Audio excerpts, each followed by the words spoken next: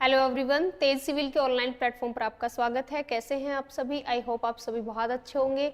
आज हम क्लास 4 करेंगे करंट अफेयर्स की, जिसमें हम जनवरी से मार्च के करंट अफेयर्स कर रहे हैं। टॉपिक रहने वाला है हमारा ज्योग्राफी एंड एनवायरनमेंट। जो पहला टॉपिक है वो है कि अभी तमिलनाडु जो फॉरेस्ट डिपार्टमेंट है उसने एक हेलीकॉप्टर को एक किसी पर्टिकुलर नेशनल पार्क पर उड़ते हुए पकड़ा, तो उसकी अभी इंक्वायरी चली थी, तो उसी से रिलेटेड है। इस वजह से ये पार्क है, ये न्यूज़ में था। मुकुर्ती नेशनल पार्क कहाँ पर है? ये तमिलनाडु में।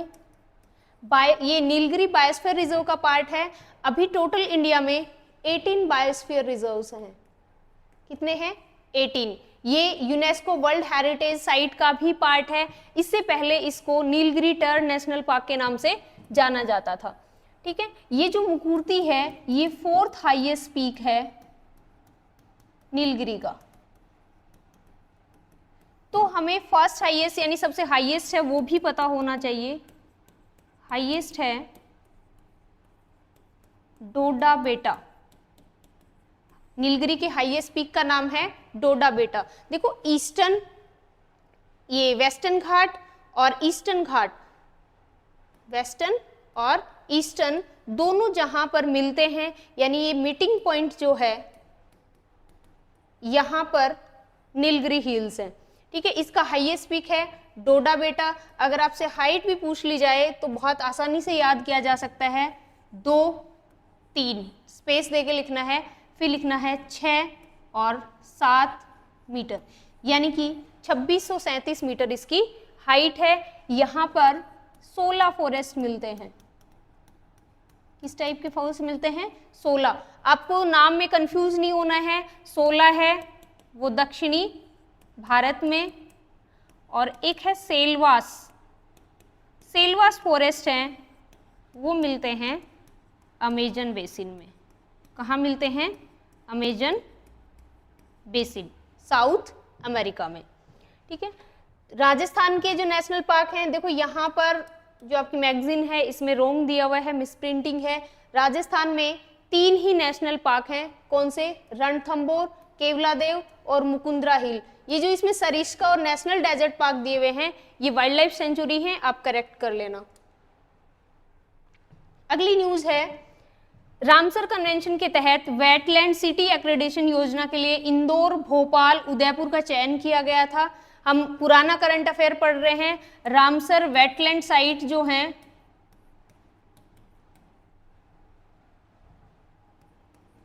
वेटलैंड साइट वो हम अलग से भी करेंगे। रामसर कन्वेंशन 1971 में ईरान में हुआ था। कहाँ हुआ था? ईरान में 1971 में। अभी इसमें देखो आपको देखना क्या है कि 1-2 झीलों के नाम दिए हुए हैं, वो आप देख सकते हैं। जैसे इंदौर में सिरपुर झील, एक और है यशवंत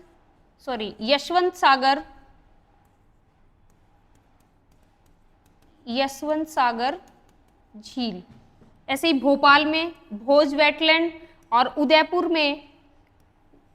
में कौन कौन सी हैं?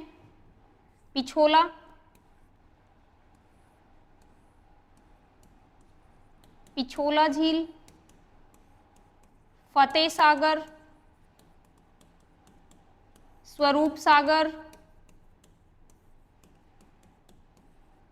रंग सागर और दूध तलई। ये सारी की सारी कहाँ पर हैं? उदयपुर में हैं। तो इन झीलों को आप याद रख सकते हैं। ये जो COP 12 हुई थी 2015 में, इसके तहत वॉलेंट्री है। कौन? Wetland city accreditation. ठीक है, अगला है Maharashtra page tiger reserve Bharat का पहला डार्क स्काई पार्क बन गया है। तो ये है कहाँ पर? महाराष्ट्र में। ऐसा ये पहला है भारत का और एशिया का 5वां डार्क स्काई पार्क है। ठीक है, अब ये जो पार्क है कई बार आपको मैच करवाना आएगा, तो जो पेज है ये महाराष्ट्र और MP दोनों में है। इसका ज़्यादा पार्ट है वो MP में है और जो कम पार्ट है वो महाराष्ट्र में है। तो आपको एमपी दिया हुआ मैच में तो भी उसको गलत नहीं मानना है, सही मानना है। इस तरह के कई क्वेश्चन आरपीएससी पहले भी पूछ चुकी है, जैसे 2023 में पुलिकट झील का पूछा था। पुलिकट झील तमिलनाडु सही मैच माना है, जबकि हमें पता है कि इसका 84% एरिया है वो आंध्र प्रदेश में है। तो इस तरह का कोई मैच आ जाए तो कंफ्यूज नहीं होना है। पेंच टाइगर रिजर्व कहाँ है? एमपी और महाराष्ट्र में, ठीक है। ये सतपुड़ा की पहाड़ियों में स्थित है, ठीक है। अगली न्यूज है, काजीरंगा राष्ट्रीय उद्यान में 2 नई प्रजातियां, स्तनधारी प्रजातियां मिली हैं। तो इसमें बिंटू रोंग ये स्तनधारी प्रजाति है। हमें याद ये रखना है कि ये कहाँ मिली है? काजीरंगा में। काजीरंगा कहाँ है? असम में। असम के और कोई नेशनल पार्क? मानस राष्ट्रीय उद्यान है, औरंग राष्ट्रीय उद्यान है, ठीक है। इनको भी आपको याद रख लेना है। अगली न्यूज है, दालमा वन्यजीव अभ्यारण्य। दालमा वन्यजीव अभ्यारण्य ये जमशेदपुर में है। कहां पर है ये? जमशेदपुर यानी झारखंड में। इसका नाम दालमा नेशनल पार्क क्यों पड़ा है? वहां पर एक लोकल गॉडेस है जिसका नाम है दालमा माई, उसी के नाम पर इसका नाम पड़ा है दालमा नेशनल पार्क। सॉरी, एक और न्यूज थी इधर, इराविकुलम नेशनल पार्क ये कहां पर है? केरला के इडुक्की जो डिस्ट्रिक्ट है वहां पर है। यहां पर एक फूल मिलता है नीलकुरंजी, ये 12 साल बाद ब्लूम होता है, यानी 12 साल बाद खिलता है। लास्ट टाइम 2018 में खिला था, अभी एक्सपेक्टेड है कि ये 2030 में फिर से खिलेगा। अगली न्यूज है, नई जलवायु परिवर्तन नीति, क्लाइमेट चेंज नीति है। इसमें इंडिया का जो टारगेट है वो रखा गया है 33%, जो कि राजस्थान ने सिर्फ 20% ही टारगेट रखा है, ठीक है। अभी ये 20 जून तक, पोर्टल 1 जुलाई लॉन्च होगा। ये इंपॉर्टेंट न्यूज नहीं है ज्यादा। इसकी थीम देखो, विश्व पर्यावरण दिवस की थीम दी हुई है 2023 वाली, ये है सॉल्यूशन टू प्लास्टिक पॉल्यूशन, ठीक है। तो यहां पर देखो, ये जब जनवरी में हमने करंट अफेयर्स तैयार किया था उस टाइम वर्ल्ड एनवायरनमेंट डे है वो 2023 ही हुआ था तब तक, लेकिन अभी हम देखेंगे कि जो 2024 का वर्ल्ड एनवायरनमेंट डे है वो भी सेलिब्रेट हो चुका है।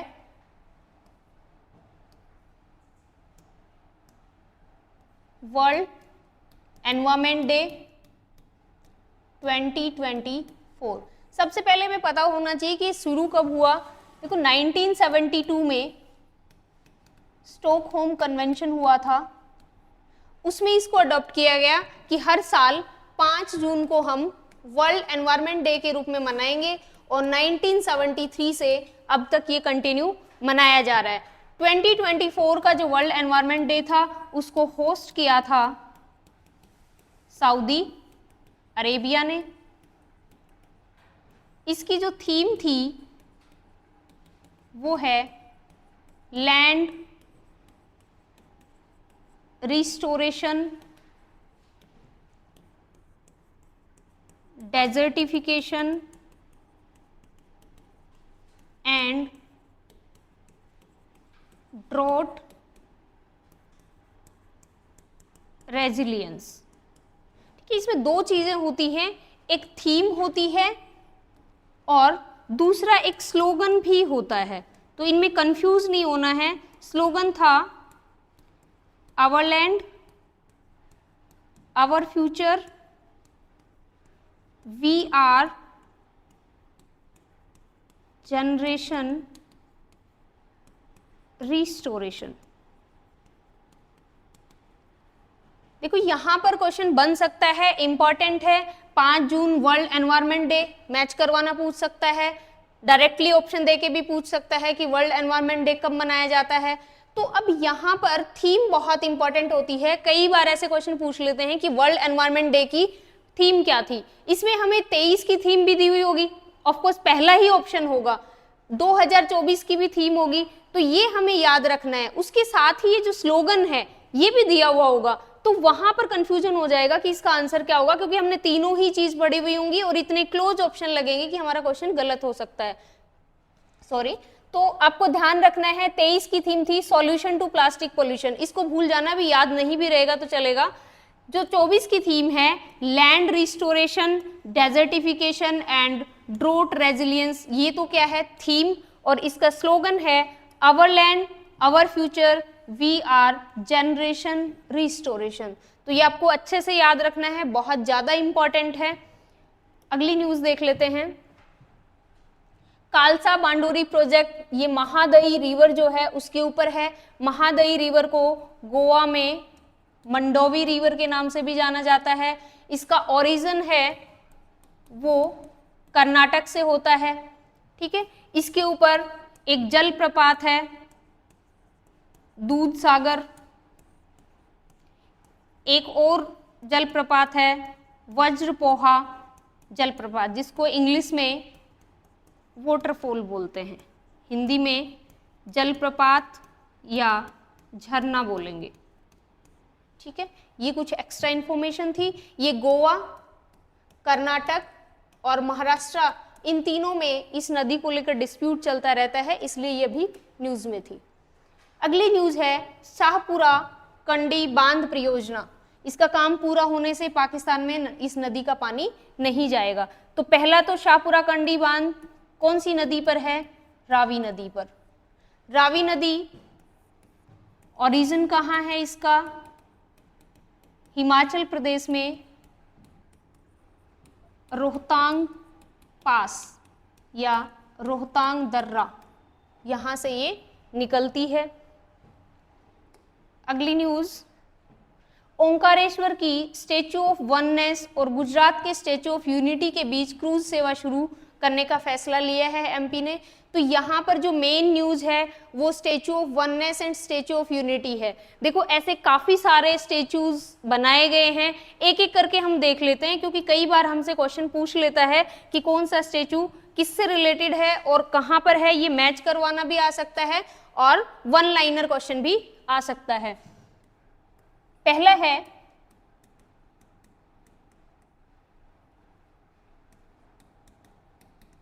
स्टैचू ऑफ वननेस, मैं बार बार नहीं लिख रही इसको, statue of unity, statue of equality, statue of peace, statue of prosperity, statue of valour और statue of social justice, social justice. ये कुछ 5-6 स्टैचूज हैं। स्टैचू ऑफ वननेस, अब हम देखेंगे कि कौन सा किससे रिलेटेड है और फिर कौन सा कहां पर है। स्टैचू ऑफ वननेस है वो शंकराचार्य से रिलेटेड है और है कहां पर, ओमकारेश्वर। ओमकारेश्वर है एमपी में। दूसरा है statue of unity, Sardar Patel, ये है गुजरात में। तीसरा स्टैचू ऑफ इक्वालिटी, रामानुज, और ये है हैदराबाद में। याद करेंगे इनको एक एक करके, don't worry. Statue of peace, Vijay Vallabh Suri, ये है पाली में। Prosperity,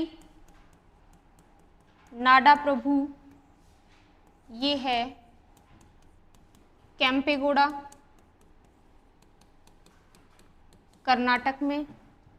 statue of Vellore, Lachit बारफुकरन, Jorhat Assam में। और सोशल जस्टिस का है BR अंबेडकर, और ये है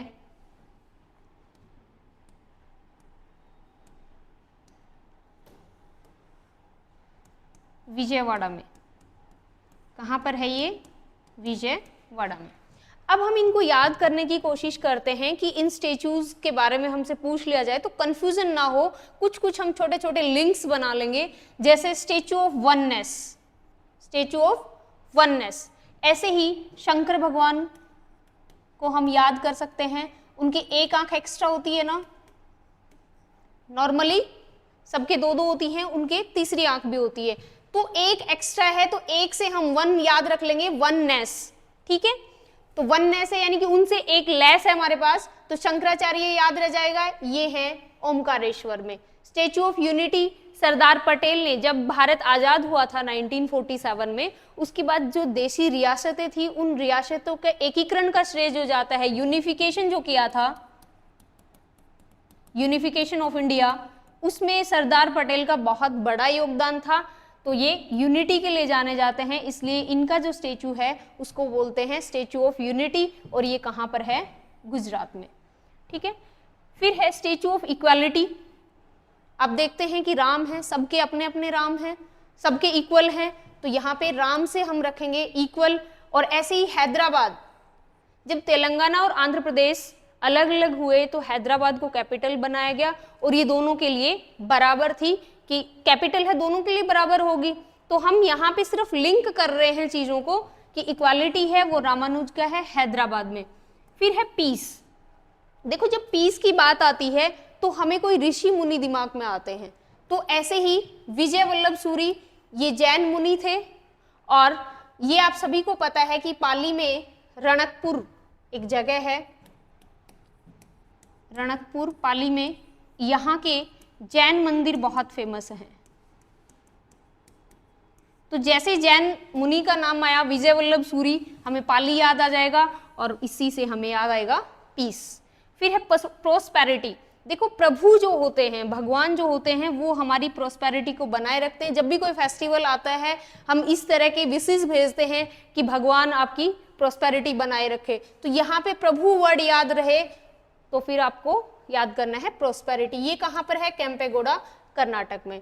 ये आपको याद रखना है वेल्लोर वाला स्टेचू ऑफ वेल्लोर, लचित बालफुकरन, ये काफी फेमस अपने इतिहास में रहे हैं, जाने जाते हैं ये सत्याग्रह के लिए। ठीक है, बहुत बड़े सत्याग्रही थे लचित बालफुकरन, जोरहट असम से।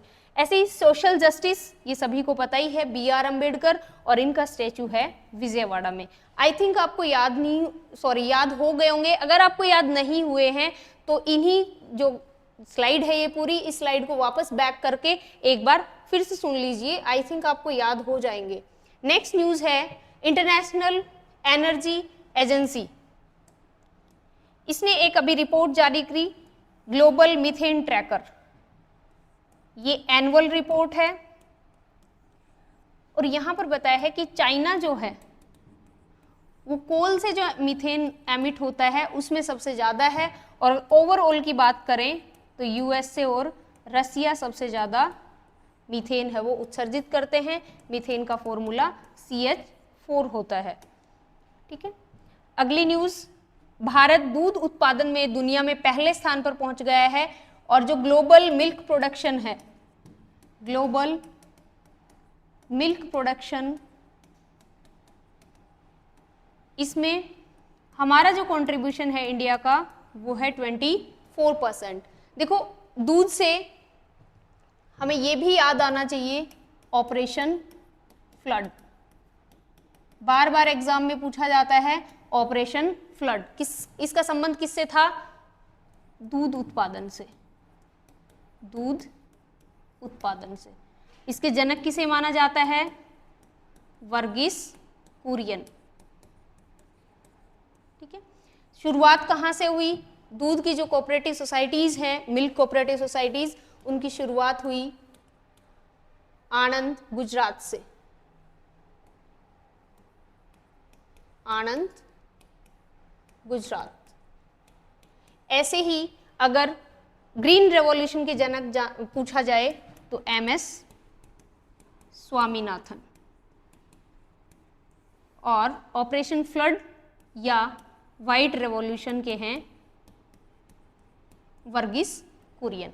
आज के लिए इतना ही, अब हम मिलेंगे नेक्स्ट क्लास में। Thank you.